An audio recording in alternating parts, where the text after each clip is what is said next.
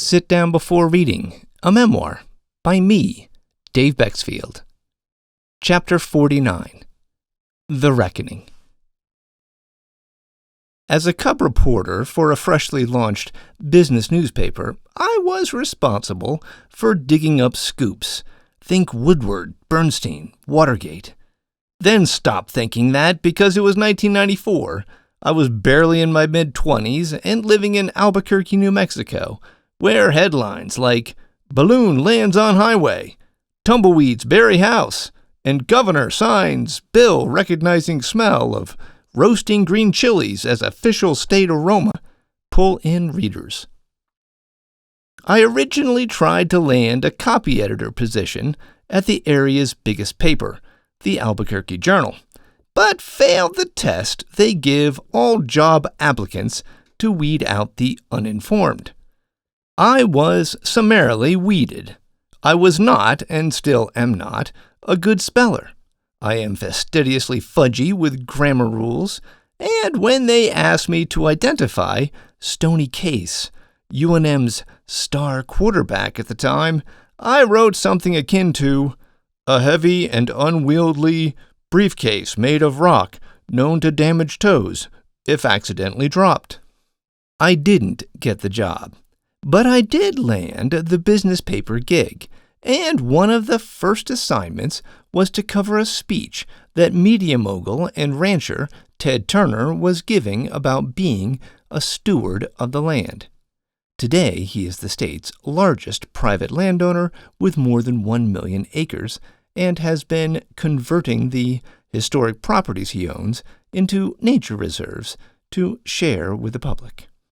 I scrambled to arrange an interview with his handlers. He was pretty busy, they said. Translation: no. What if I talked really fast and made it super quick? No. What if I talked really fast, made it super quick, and conducted the entire interview during the 10-minute limo ride from the airport? Still, no. As I sat in my assigned seat, picking on the overdressed banquet salad and contemplating my dwindling options, I noticed from across the room that Mr. Turner had arisen from his chair. My golden opportunity!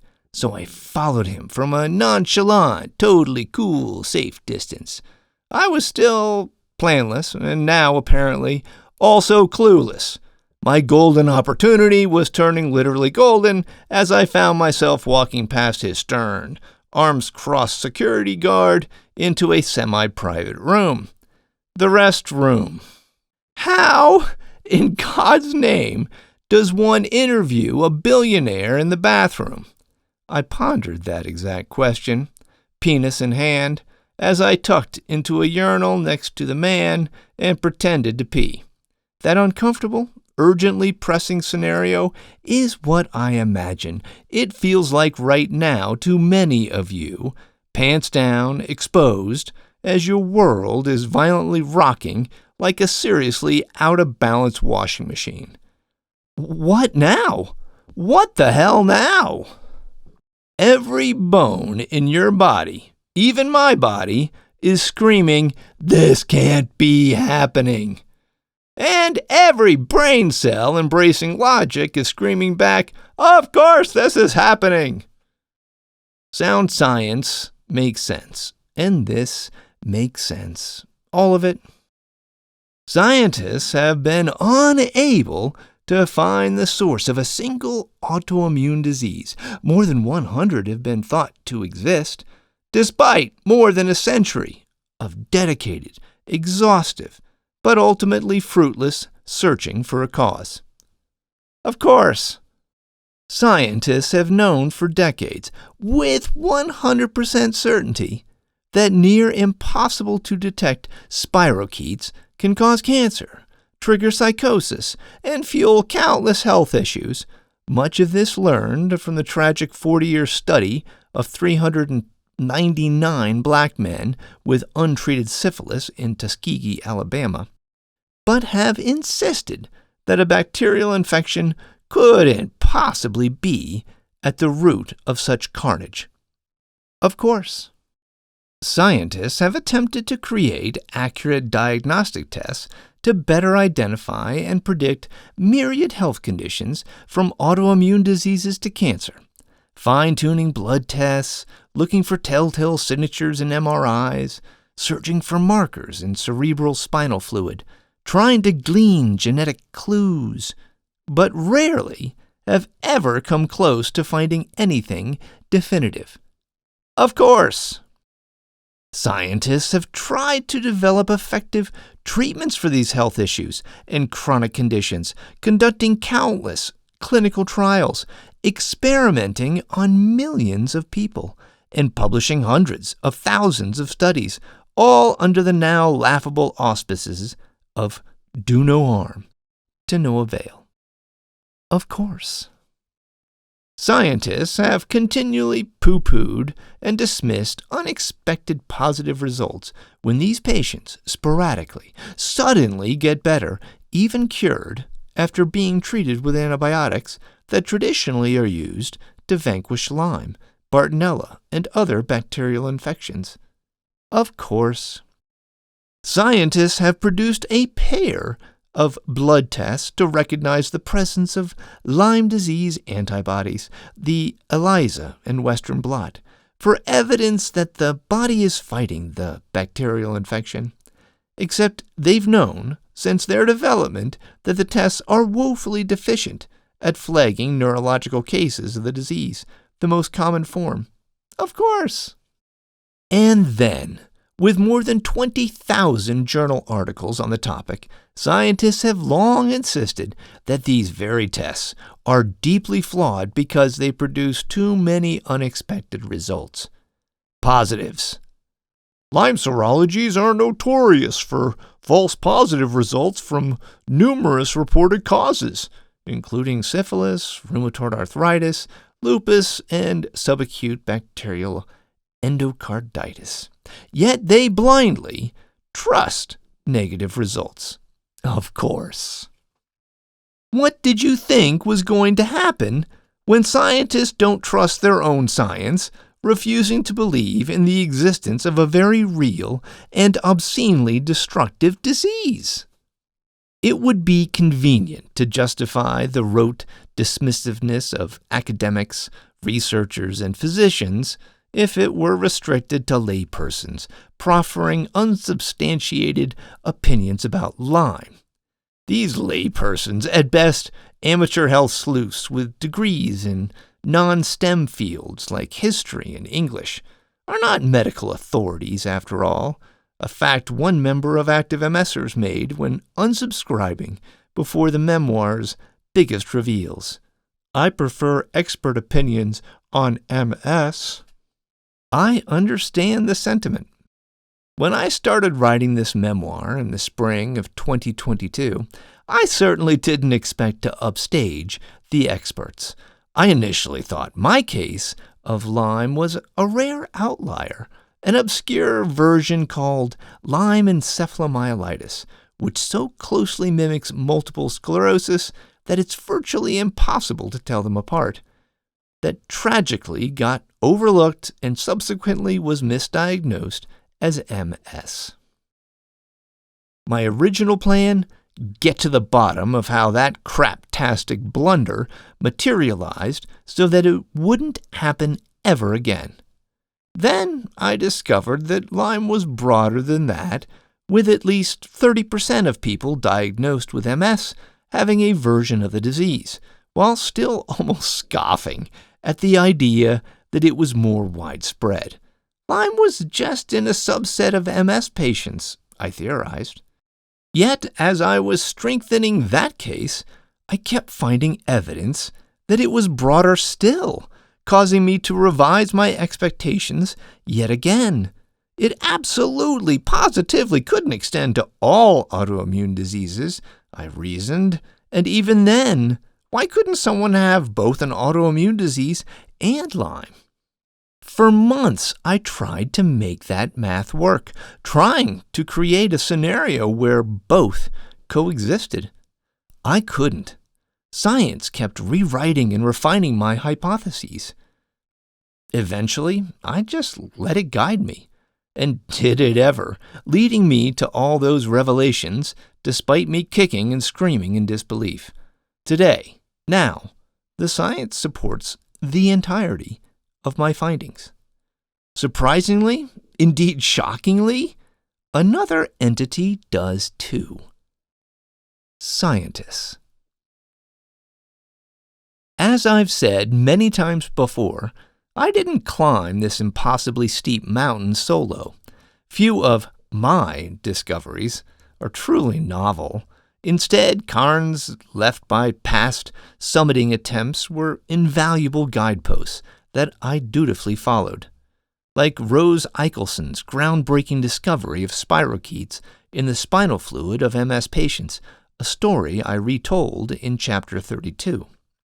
But as helpful as these trailblazers were, I made a concerted effort not to be swayed by the flag-waving groupthink of faithful believers. In my quest to avoid being influenced by the hypotheses of other fervent Lyme advocates, I never, not once, submersed myself in web forums, Facebook pages, or Reddit threads dedicated to the topic. Fun fact, I once briefly was the top trending topic on Reddit for my NYT stem cell transplant fight, so I have a soft spot for that intelligent, inquisitive group. I also purposely wore blinders around sweeping claims and seminal books. Only in the last breaths of this memoir did I venture to explore them in any depth. And when I did, I made another unexpected, but totally expected, discovery. I had achieved a rare full McConaughey. Those hypotheses of mine, refined over the course of 48 chapters, they're spot on. All right. To my relief, many of my discoveries seamlessly align with others, so much so that initially I was taken aback at seeing such support of my theories spelled out by medical professionals. It wasn't just the scientists of the past, thanks Dr. Eichelson and other vanguards who suspected spirochetal involvement. You were correct, it was Lyme and related co-infections all along, but scientists of the present too. Stephen Phillips, MD, the co-author of Chronic, wrote in his book that he strongly suspected that a number of autoimmune diseases were mislabeled cases of Lyme+, his novel way to identify both Lyme and/or similar infections. Then, in a December 2023 video on X, he reinforced the autoimmune and long COVID connection to Lyme with the affirming clarity of a prestigious Yale-trained doctor. That led to a predictable follow-up in March, when he posted that his office has treated tons of long COVID patients and were finding evidence of activated vector-borne infections in the large majority. And they respond to antimicrobials similarly to my average patient. Dr. Phillips, incidentally, is the Connecticut physician who ultimately pulled New York Times columnist Ross Douthat, the writer who aided me at the beginning of my Lyme journey, out of his own terrifying bout with the disease. He and all those brave souls who came before me deserve kudos and heaps of praise for standing up for what they believed in, no matter the cost. And those costs were, and still are, steep. When anyone in the medical community has made observations about Lyme disease remotely similar to my own, they have been immediately labeled as kooks and castigated by colleagues before being ostracized to the fringes. Despite being proven right again and again, Dr. Phillips, according to the internet, is a quack. Search for him by name and Google auto-completes with the duck sound as its top recommended search for the man. Even if physicians fully believe in the Lyme epidemic, it would be career suicide to make that known, forcing even the most respected doctors into the underground network of rebels to bide their time and wait out the knuckle-draggers. It's a known problem. There's a reason the adage, "science progresses one funeral at a time," exists. In 1950, German theoretical physicist Max Planck famously said that a new scientific truth does not triumph by convincing its opponents and making them see the light, but rather because its opponents eventually die, and a new generation grows up that is familiar with it. Research studies investigating this depressing phenomenon support Planck's principle. Until an acclaimed scientist passes away, researchers within a subfield largely tend to cite each other and stick to collaborating with one another, forming tired echo chambers where inspiring science goes to die. The debris field of brave doctors who have dissented with mainstream ideas surrounding Lyme disease is littered with those who dared to deviate from accepted dogma. Retired Mayo Clinic-trained physician Dr. Alfred Miller, who has been questioning for years the existence of autoimmune disease, earned his own authorless diatribe on LymeScience.org, which claims to unmask charlatans in the Lyme world by using, quote, science. The website regurgitates steaming pile after steaming pile, expectorating frightful terms like misinformation, sham infections, and quackery, attacking doctors who suggest Lyme is widespread and isn't easily cured by a short course of antibiotics. Dr. Miller, who once pulled his daughter-in-law out of an ALS diagnosis, regularly tries to get attention on social media. MS is caused by Borrelia infection. But despite using all caps and 8 exclamation points, his March 9th, 2024 post garnered as much attention as a drop penny in a tip jar. Then you have Ivy League-educated Dr. Alan MacDonald, a now retired pathologist who first reported the involvement of spirochetes in Alzheimer's patients in the 1980s and discovered convincing evidence that Lyme disease could be passed down from mother to child. He laid out the connection between autoimmune diseases, dementia, and Lyme disease in the movie Under Our Skin, released in 2008. The movie, of course, was labeled propaganda, and Dr. MacDonald's opinions were summarily dismissed as such. Over the years, countless well-meaning doctors have raised legitimate questions and concerns about Lyme disease being overlooked as a significant source of health problems, only to be squelched, silenced, or sanctioned. Or all three. Dr. Daniel Cameron, a 2-time past president of the International Lyme and Associated Diseases Society, ILADS, and author of An Expert's Guide on Navigating Lyme Disease, is regarded, depending on who you ask, as either a leading Lyme expert with more than 30 years of experience or an egregious purveyor of bogus treatments to cure a fake disease. None of this is surprising. History is awash with people initially mocking landmark scientific discoveries as pure quackery. Galileo, Darwin, Einstein, Copernicus. Nearly all great scientists start out as heretics nailing their theories to the door of conventional scientific wisdom, reads the lead of a Wired magazine article.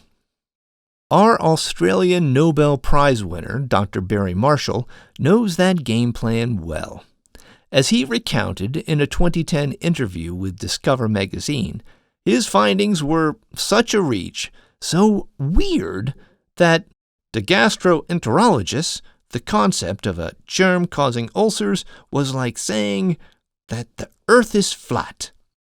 Frustrated at his theories being scoffed at and ignored, to prove his case unequivocally, he famously infected himself with the bacteria, a hugely risky tactic of self-experimentation that has killed scientists in the past. But Dr. Marshall's discovery had another complication. It threatened to cost his colleagues serious money, undermining a $3 billion industry. There was no incentive to find a cure. Sound a wee bit familiar? Only instead of just billions being spent to ineffectively treat a treatable disease, the stakes in the autoimmune universe alone are in the hundreds of billions, or more. Thank goodness Dr. Marshall's discovery promptly nipped that colossal turd sandwich in the bud. No, it sat there as a hypothesis for another 10 years, Dr. Marshall told Discover. Some patients heard about it, but gastroenterologists still would not treat them with antibiotics. Instead, they would focus on the possible complications of antibiotics. How quaint, the concerns about antibiotic complications, trumping a cure and preventing a lifetime of progressive health issues or death. He wrapped up his interview with Science magazine by circling back to his discovery, the heart of which was an elusive spirochete. Helicobacter made us realize that we can't confidently rule out infectious causes for most diseases that are still unexplained. Dr. Marshall even postulated recently that a spirochete could, gasp, be at the root of long COVID. How prescient. And yet, even though the article reminded readers that in an age when many doctors dismiss unexplained conditions as all in the head, Marshall's story serves as both an inspiration and an antidote to hubris in the face of the unknown. Antidotes are worthless if they gather dust on the shelf, or remain unread in a memoir in a distant corner of the internet. Scott, my ridiculously smart friend, now living in Australia, had an opinion of how sit down before reading would be received based on his decades of working with others who had PhDs. Besides my wife, he's the only one to preview nearly the entirety of SDBR, and refreshingly assured me that it wouldn't take anywhere close to the 10 years it took Dr. Marshall to see my discoveries accepted. I'm thinking 24 or 25, he said. He then clarified his answer. 2,224 or 2,225. 200 years from now. Thanks, Scott. Thanks so much for the pep talk. In the past, he might have been right. When doctor after doctor raised the alarm of an ongoing Lyme disease epidemic, it didn't matter. No one listened. When desperate parents of sick children alerted physicians of an ongoing Lyme disease epidemic, it didn't matter. No one listened. When health advocates breathlessly told the NIH, CDC, and government representatives about the horrors of an ongoing Lyme epidemic, it didn't matter. No one listened. When sufferers of Lyme disease protested on the streets, made movies, wrote books, and screamed from the rooftops about an ongoing Lyme epidemic, it didn't matter. No one listened. But here's the thing. It all finally mattered. And dismissive scientists finally have no choice but to listen. So here we all are, in an epic fight to save humanity. A fight with the doctors meant to heal us, the pharmaceutical companies meant to treat us, the governments meant to serve us, and even doubting friends and family meant to support us. It would appear to be unwinnable, with the CDC going out of its way to warn away anyone who might dare to question the findings of the experts. A word of caution. If you are experiencing fatigue, body aches, or difficulty thinking, it is important to know that there are many possible causes, For these symptoms other than Lyme disease, these include other infections, medications, depression, diabetes, and cancer.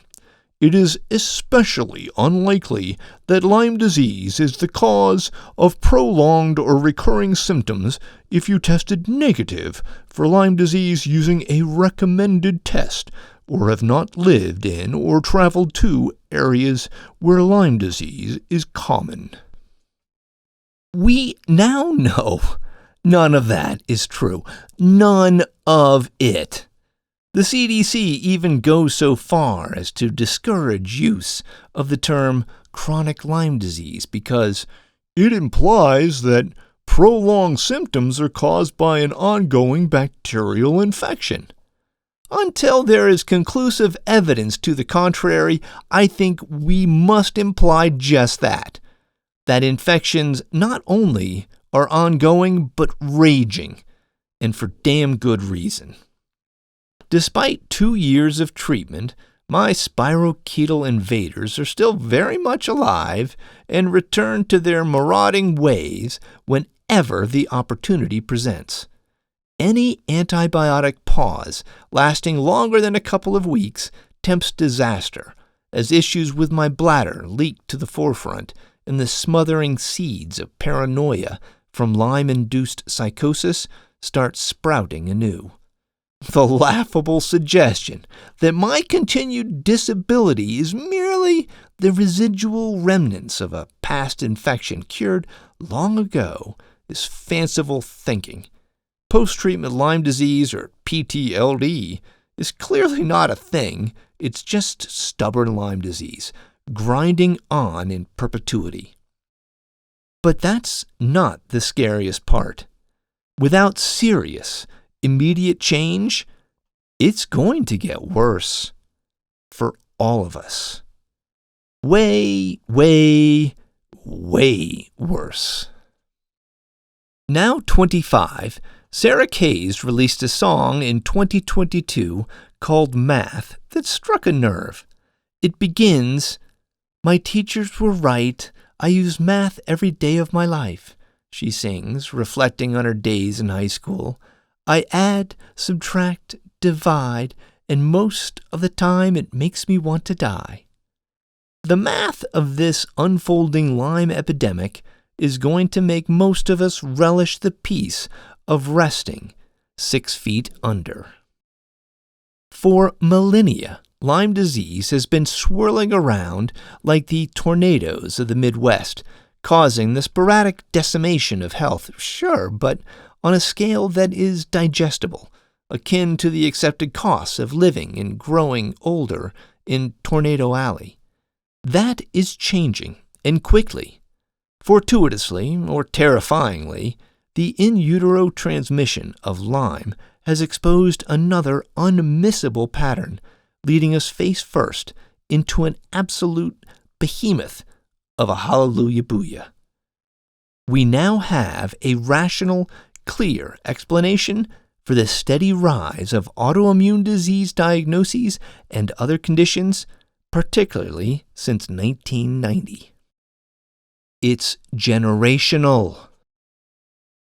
While climate change may be contributing to the spread of infected ticks, as Lyme disease gets passed down through generations, and those infected children have children of their own, the disease spreads menacingly, just as it has for centuries. But as the global population has expanded and its residents have relocated, the spread of Lyme has accelerated organically and far beyond endemic areas. Supercharging that spread?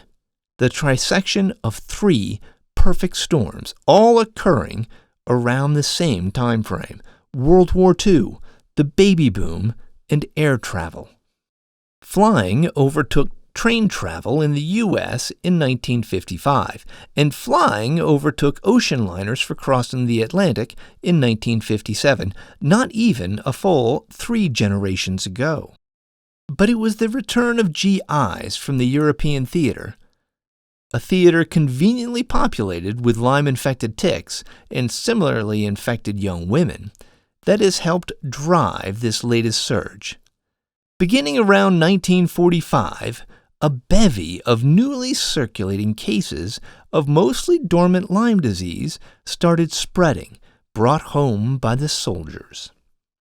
And we all know what came next. Babies. Lots and lots of babies.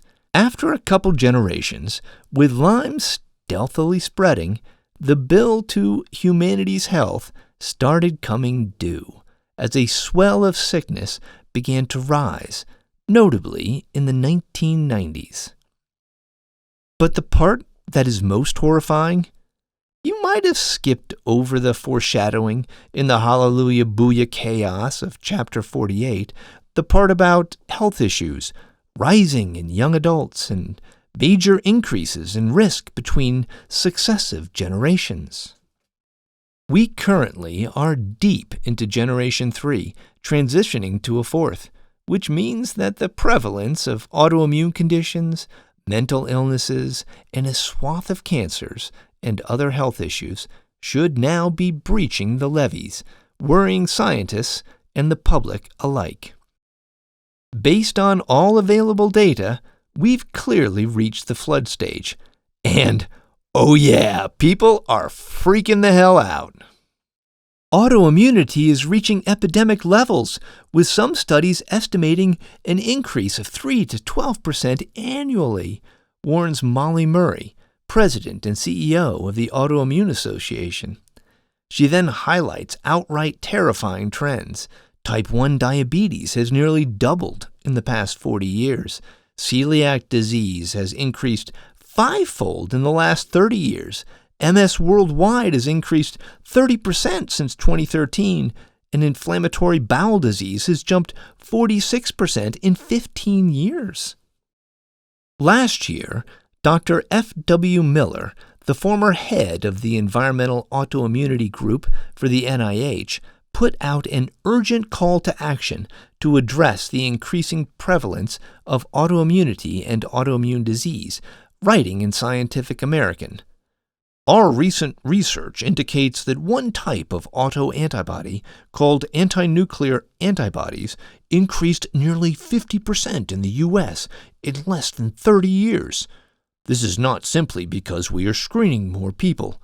Even more concerning, teenagers in the study experienced a nearly 300% increase between 1988 and 2012. Many of these children might not ever achieve their full potential because battling chronic illness will alter their lives. But for gosh sakes, don't panic. Dr. Miller and the experts are pretty confident they know just what to blame for this rising scourge. Both autoimmunity and autoimmune diseases are dramatically increasing in many parts of the world, likely as a result of changes in our exposures to environmental factors, says Dr. Miller. Current evidence implicates the momentous alterations in our foods, xenobiotics, air pollution, infections, personal lifestyles, stress, and climate change as causes for these increases. All the usual suspects. But infections? I'll give that a weak, incomplete McConaughey, a single, all right. Heck, roll enough bowling balls and you are bound to eventually avoid the gutter and hit a pin or two. It's not so much momentous alterations, just Lyme and math. But speaking of hitting some pins, let's start knocking down all 10 at once, because now evidence of that predicted Lyme surge is swamping research and spilling into every corner of society. A large-scale 2022 study out of China confirms this predestined wave of illness. Patients with 5 major autoimmune diseases, including rheumatoid arthritis, lupus, and Sjogren's syndrome in China, had an increased risk of developing cancer, with a predominance in women and younger patients. A 2019 meta-analysis out of South Korea discovered the same association with gastric cancers, identifying significant associations for autoimmunity overall, as well as an ominous sign. These types of cancers had been steadily declining after the discovery of the H. pylori by oft-mentioned Dr. Marshall, who confirmed the spirochete caused cancer. However, cancer registration data indicate unexpected increases among recent generations in many parts of the world, implying etiologic factors other than H. pylori may be responsible. Unexpected increases among recent generations. A 2021 study concluded as much in terms that couldn't have been much starker. The rise in incidence of autoimmune diseases parallels the rise in incidence of their respective cancers, such as autoimmune gastritis and gastric cancer, or inflammatory bowel diseases and colon cancer. The increased incidence of these cancers is especially conspicuous in adults younger than 50 years of age, and, in the case of gastric cancer, the increase disproportionately affects females. This epidemiological evidence suggests that autoimmunity might be a cause of cancer. Breast, prostate, lung, and colorectal cancers are the most common in the world, with breast, thyroid, and colorectal cancers making up the largest numbers of early onset cases. According to an August 2023 story in the Washington Post, the biggest increases were seen in women and in younger people diagnosed with gastrointestinal and breast cancers. A 2024 study confirmed that breast cancer rates were indeed rising dramatically in young women.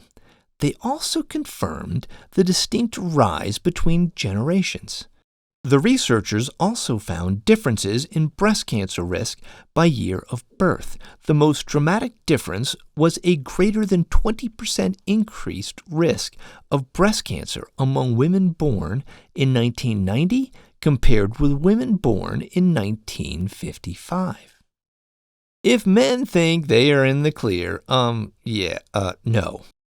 The Lancet published a hair-raising warning in its April 2024 issue concerning prostate cancer, the most common cancer in men in 112 countries, which accounts for 15% of cancers. And calling it hair-raising might be underselling it. They report that cases are expected to more than double worldwide by 2040, and they believe it's unstoppable due to its assumed heritability. This surge in cases cannot be prevented by lifestyle changes or public health interventions alone, and governments need to prepare strategies to deal with it. A global challenge that needs an all-hands-on-deck approach. Without urgent action, these trends will cause global deaths from prostate cancer to rise rapidly. What else is skyrocketing? Neurological disorders, says a breathtaking study published in the April 2024 issue of The Lancet Neurology. The number of people living and dying with such conditions as Alzheimer's disease, other dementias, meningitis, and stroke has risen substantially over the past 3 decades, and international collaborations of researchers reported, says a Newsweek article covering the research. Their analysis revealed that in 2021, 3.4 billion people suffered from a neurological condition. This is roughly 43% of the world's entire population. The team found an 18% increase in disability, illness, and premature death caused by these conditions over a 31-year period. The most common neurological health orders discovered: stroke, brain injury, Alzheimer's disease, and other dementias, migraines, nerve damage, meningitis, epilepsy, autism spectrum disorder, and nervous system cancers. The article concludes with a common refrain. The new study greatly emphasizes the need for more research into these conditions. However, neurological conditions are famously hard to treat. Well, duh. because the experts all have no friggin' clue that they are dealing with a stealthy bacterial infection and its band of seedy brothers. But it's not just the experts who have made fateful assumptions. It's all of us, me included. For 15 years, I preached from my active MSer's pulpit about everything from the importance of exercise in multiple sclerosis to the absolute moronicy of eschewing FDA-approved treatments. I was wrong, and for better or worse, I have lots of company. We've been on the cusp of breaking the Lyme epidemic case wide open for years, but scientists have never quite connected the final dots. Journalists have been regaling us with these health stories of promise that just skirt the true answer so many times it hurts the soul. Don't get me started on those medical mystery tales, many of which are not so mysterious after all. Take the February 2024 feature, Long COVID is not the only chronic condition triggered by infection, in The Economist. World-renowned Johns Hopkins researcher Dr. John Aucott, who wrote me that Dear John's John letter when he informed me that he was unable to take on my case back in Chapter 17, made a stunningly revealing observation, reported the magazine. Dr. Aucott was shocked, he said, when reading an early paper on long COVID by how similar a chart of its principal symptoms was to one he had published on Lyme. We now know, of course, why the two conditions appear identical. They are the same thing. That makes it so much harder for me personally. Knowing what I know and knowing what's around the corner, it's impossible to read the paper or catch the news or even watch TV these days without peering through a wall of fingers. It has turned so overwhelming, so cacophonous that I have resorted to emailing myself these stories to keep track before they get overwritten in my memories. The article in the Washington Post about the burst of POTS cases in young females that has puzzled doctors is one of over 1,500 emails waiting in my inbox. I can't escape the onslaught. When the Sunday New York Times ran the May 5th, 2024 front page piece, "Thousands believe COVID vaccines harm them," paragraphs bled with agonizing confirmation of my theory that vaccines can awaken dormant Lyme disease, with a variety of symptoms following vaccination, some neurological, some autoimmune, some cardiovascular. The following day, the paper ran a painful story about how, in recent years, mental health has become a central subject in childhood and adolescence, which could be leading them to overinterpret their symptoms and see themselves as more troubled than they are. Gaslighting symptoms, because why else would mental health issues be rising so alarmingly, especially in the young? As discussed extensively in the previous chapter, cancer is another affliction seeing an unwanted renaissance. Breast cancer rates among women in their 40s are on the rise, increasing by 2% a year between 2015 and 2019, warns an April 30th piece in the Times, as experts are recommending regular mammography screening a full decade earlier than the long-standing benchmark of 50. I can't even enjoy the mindless escape of low-stress reality TV. When I caught a contestant on the latest season of The Amazing Race telling a heartbreaking story about first losing her mother to breast cancer at 17, then her father to non-Hodgkin lymphoma that same year, I nearly lost it. Lyme disease is implicated in both cancers and can spread sexually. their fates were all but unavoidable.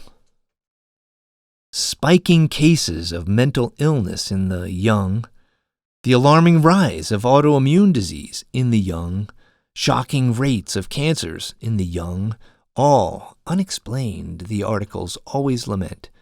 Maybe it's connected to the pressures of social media or the consumption of Western vices or something in the environment, doctors always hypothesize. More researchers urgently needed, the panicked scientists always say.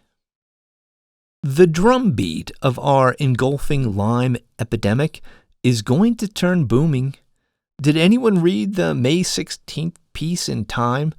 Long dismissed, chronic Lyme disease is finally getting its moment.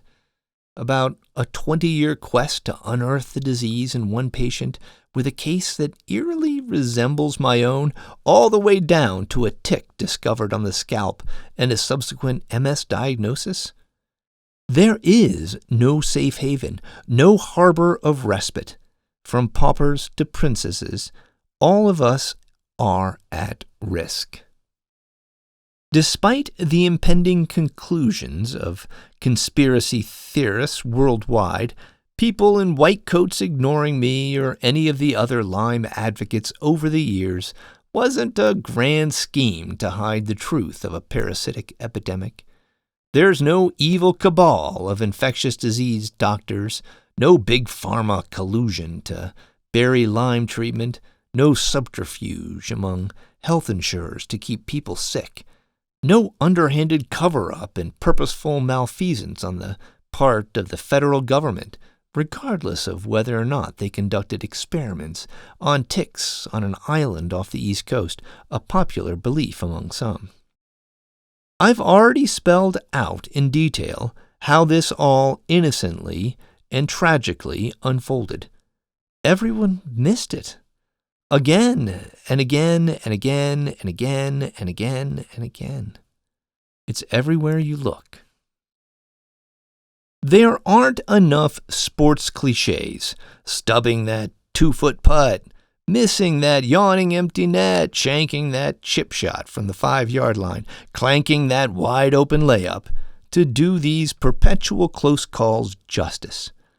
Worse, some involved me directly.